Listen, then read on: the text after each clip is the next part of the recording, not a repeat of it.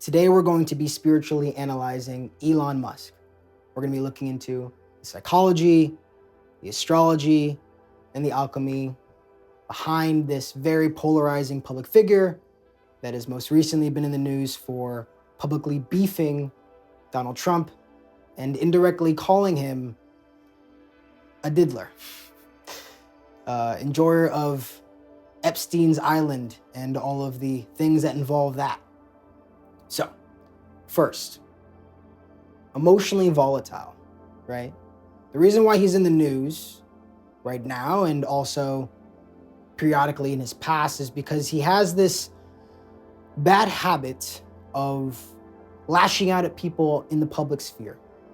It seems like whenever he gets angry, whenever he gets overcome with frustration or feels attacked, he lashes out and goes for the jugular, goes nuclear as soon as he's feeling any form of vulnerability or, let's say, hostility from another person or party. And I think people like to look at him almost kind of like a Spock character, like he's emotionally detached. But as we can see, he's a human being. And all human beings have emotions. And even the humans that we think are above it all or are emotionally detached and logical beings that don't feel emotions, I'm sure Elon Musk would like to come off like that. We can very much see that he's still an emotional creature, very subject to his emotions. And that emotional detachment in a human being, especially in man, doesn't mean that you're above it all or you don't feel emotions. It just means that you're less in control of your ability to channel your emotions in the way that you consciously want to. So, you get childish and immature emotional outbursts when you are emotionally detached. And we see that in Elon Musk, despite having an extremely powerful intellect. Say what you want about him and your opinions on his policies or political leanings or just the man in general. He is incredibly intelligent. You can tell that he has a lot of computing power, a lot of energy funneled to his mind, to his intellect, figuring out how systems work, how to monetize things or innovate things and push the world forward. He has changed the world for better or for worse because of the fact that he is a highly intellectual being that is able to use it to pull systems apart, put them back together, and move humanity forward using his innovations and his mind.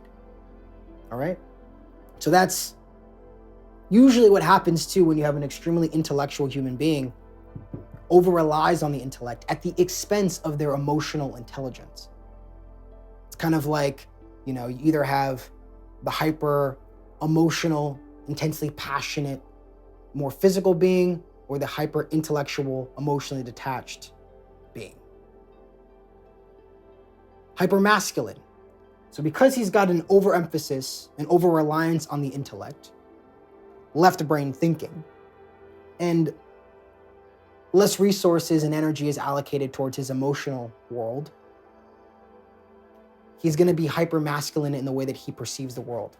And what I mean by hyper-masculine is that he looks at the world in a very objective way, at least from his perspective. He sees numbers, ones and zeros. He looks at things critically. He uses his discernment. He separates things. He looks at things in their compartmental. He doesn't look at things as holistically. You can tell this seems to align a lot with how a lot of people think, how science think, how our medical systems think. There is this separation, lack of unity and holistic modeling of the world, even though that's the world we live in. So Elon Musk really much aligns with the current paradigm of the modern Western world, which is looking at things as separate parts in a unified system as opposed to an interdependent, indiscriminate system, something that you can't necessarily separate into its parts. It also means that he looks at things like hierarchies and power. You can tell that Elon Musk is the type of person that wants to be the savior of the world. A lot of boys grow up in school or as kids imagining, say like a robber comes into the classroom and then they're going to be the one that saves the day. Or a classic character that embodies this really well is Syndrome from Invincible. Or no, The Incredibles. Sorry, different cartoon. The Incredibles. So you have Syndrome, this hyper smart kid who wants to be a hero but has no powers, but has the power of his intellect, and then gets rejected by people who are naturally gifted.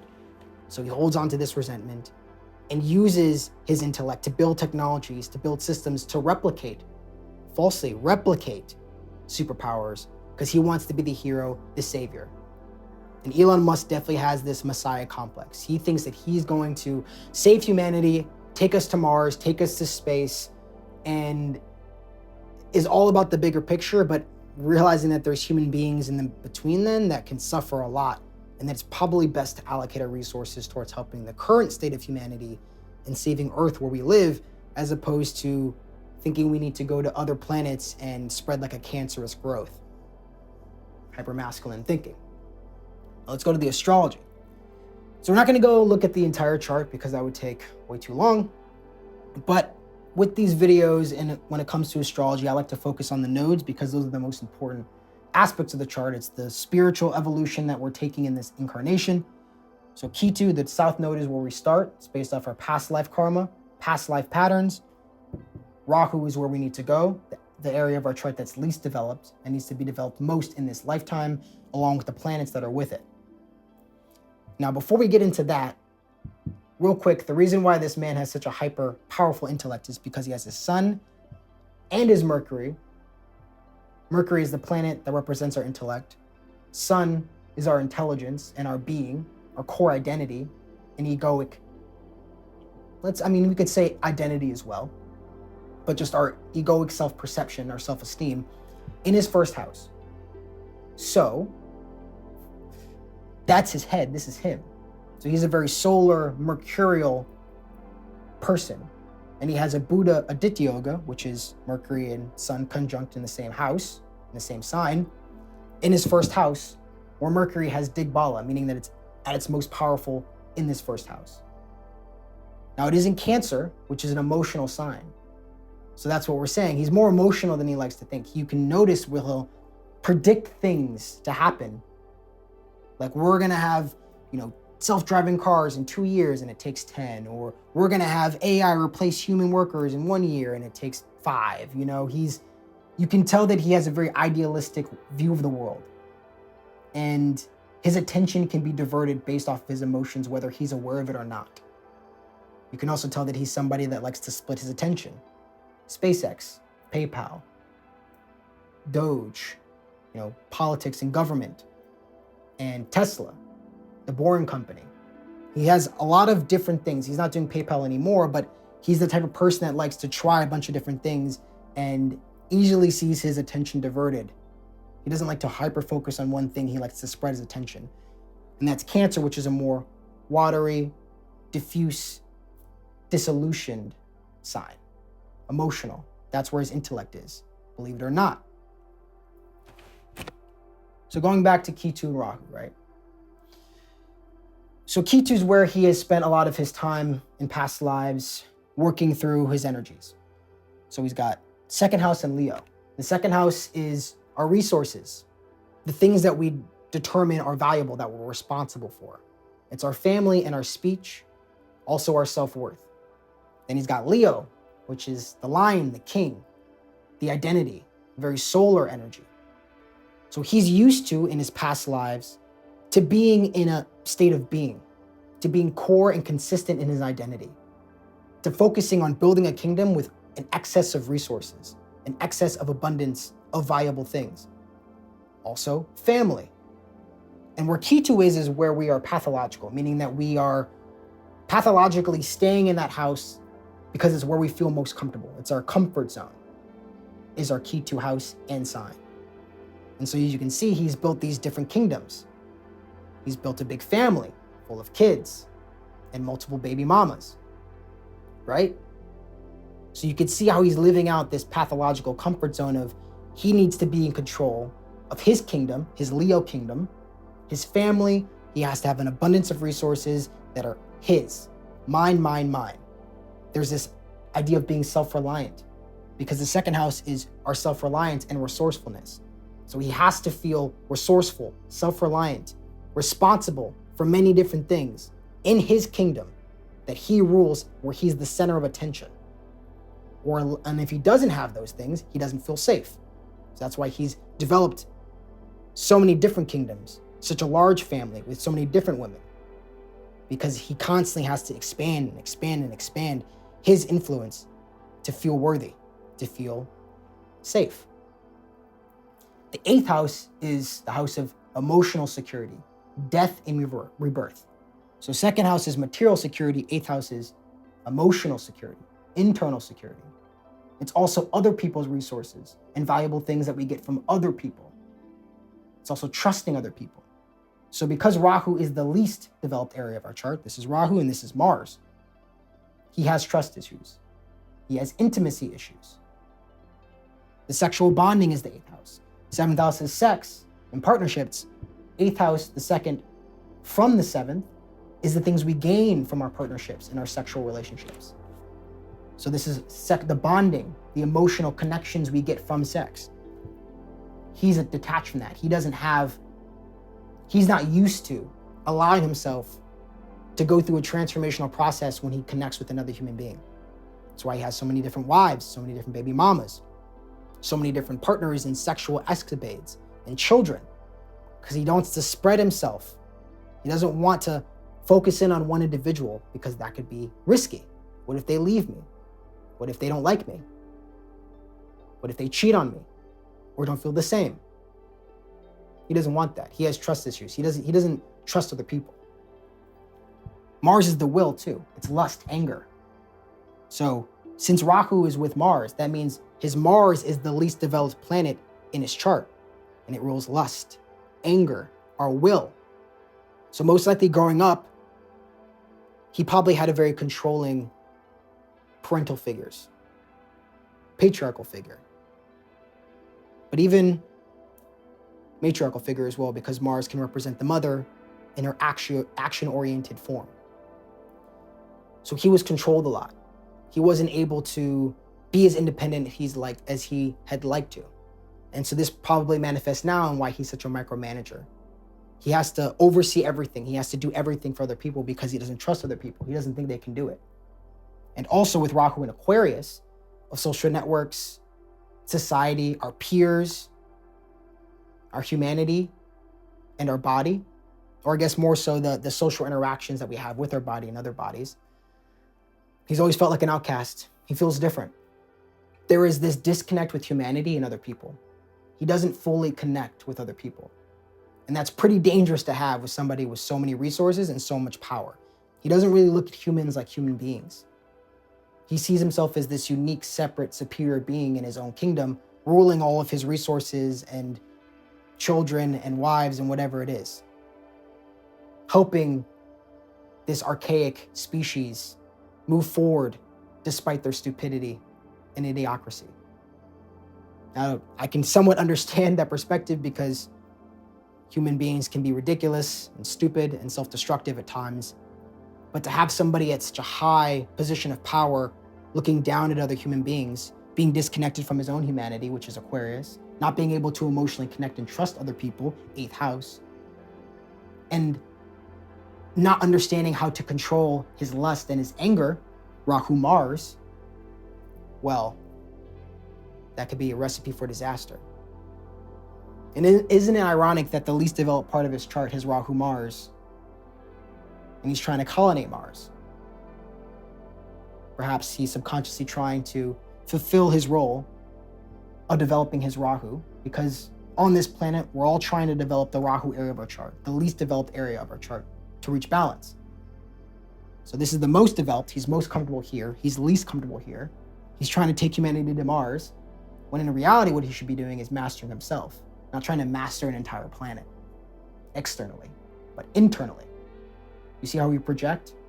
We don't want to master our own shit, so we project it and then we try to control it in the external world. He's trying to colonize Mars to master his Mars in the external world, not realizing he has to do the inner work.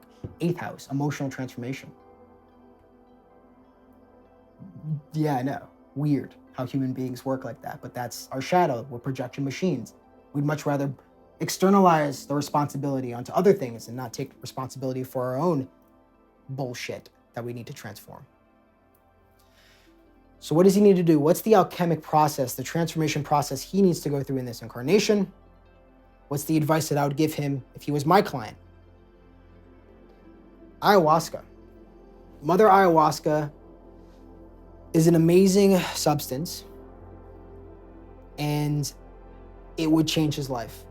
It's a feminine entity that molds you and humbles you, especially if you're a man who's hyper intellectual and masculine in their perspective. He needs to go to an ayahuasca retreat, go on vacation, do it a few times, get his ass kicked, puke his guts out, cry a little bit, connect with his feminine energy and his emotions and feel them instead of running away from them, trusting other people to guide him through the psychedelic hell he probably would go through if he went and took this amazingly powerful psychedelic substance. Ironically enough, I mean, all you would need is for Elon Musk to take ayahuasca a few times and the world would be fundamentally different because he's so powerful and because it would be so powerful for him. This is exactly what he needs. Psychedelics, transformation, death, rebirth, that's all 8th house. 8th house, I mean. And then Saturn, the Lord, is in the 12th house of retreats, surrender, letting go. Ayahuasca and psychedelics force you to let go and surrender. Forces you. Inner warrior, development of this integral part of yourself. It's a subpersonality, like the inner child, inner parents, higher self. It's just a certain part of yourself, an aspect of your being. Mars is the warrior. Mars is our anger. Mars is our lust. You can tell that these are very undisciplined parts of Elon Musk. The inner warrior is the part of ourselves that can channel the lust, the anger, the intense, willful energy that's inside of us in a healthy way, instead of letting it dissipate in the Twitterverse when we get angry, or inside of the next pretty woman we encounter because we just feel like we need to release when we see her. He needs to develop his inner warrior, so he would do a session with me, and I would guide him to integrate this part of himself and take step-by-step exercises, practical steps to integrate this part of himself. Finally, sexual transmutation. Somewhat similar to the inner warrior, but it's very clear that Elon Musk is unable to inhibit himself when it comes to his sexual desires and cravings, which is, again, that undisciplined Mars with Rahu, right? Because he hasn't had a lot of experience using his Mars in a healthy way because of that Rahu-Mars conjunction. So just some simple, straightforward things like cold exposure, cold showers, celibacy, obviously, and yoga, particularly Kundalini yoga or breath work, can help him starting to feel his sexual energy. In the modern world, we're so used to releasing whenever we feel a sexual desire. It's like this weird, innate cultural perspective that if you feel, sexual desire, you need to watch porn or masturbate, or you need to have sex. You need to release this sexual energy instead of actually sitting with it, feeling it, seeing it for what it is, and then releasing it in a more constructive way through our creativity, through our physical exercise, for our public speaking or social interactions, or just overall focus and ability to be productive in whatever we need to do. This is an extremely powerful force, sexual energy in man and woman, but especially in man, that can be channeled towards something productive instead of destructive. Instead of wasting it on pointless, emotionless sex, but even meaningful sexual connections. But he doesn't want that because he's terrified of bonding with another human being. So he remains emotionally detached, hyper-intellectual, hyper-masculine, and emotionally volatile because of it. So, if you can relate to some of the things I said when it comes to Elon Musk, hopefully not everything, but maybe some, in particular the inner warrior, you want to learn how to integrate your anger, your lust, learn sexual transmutation. I have a transformation guide down below in the description. I appreciate your time. Thank you.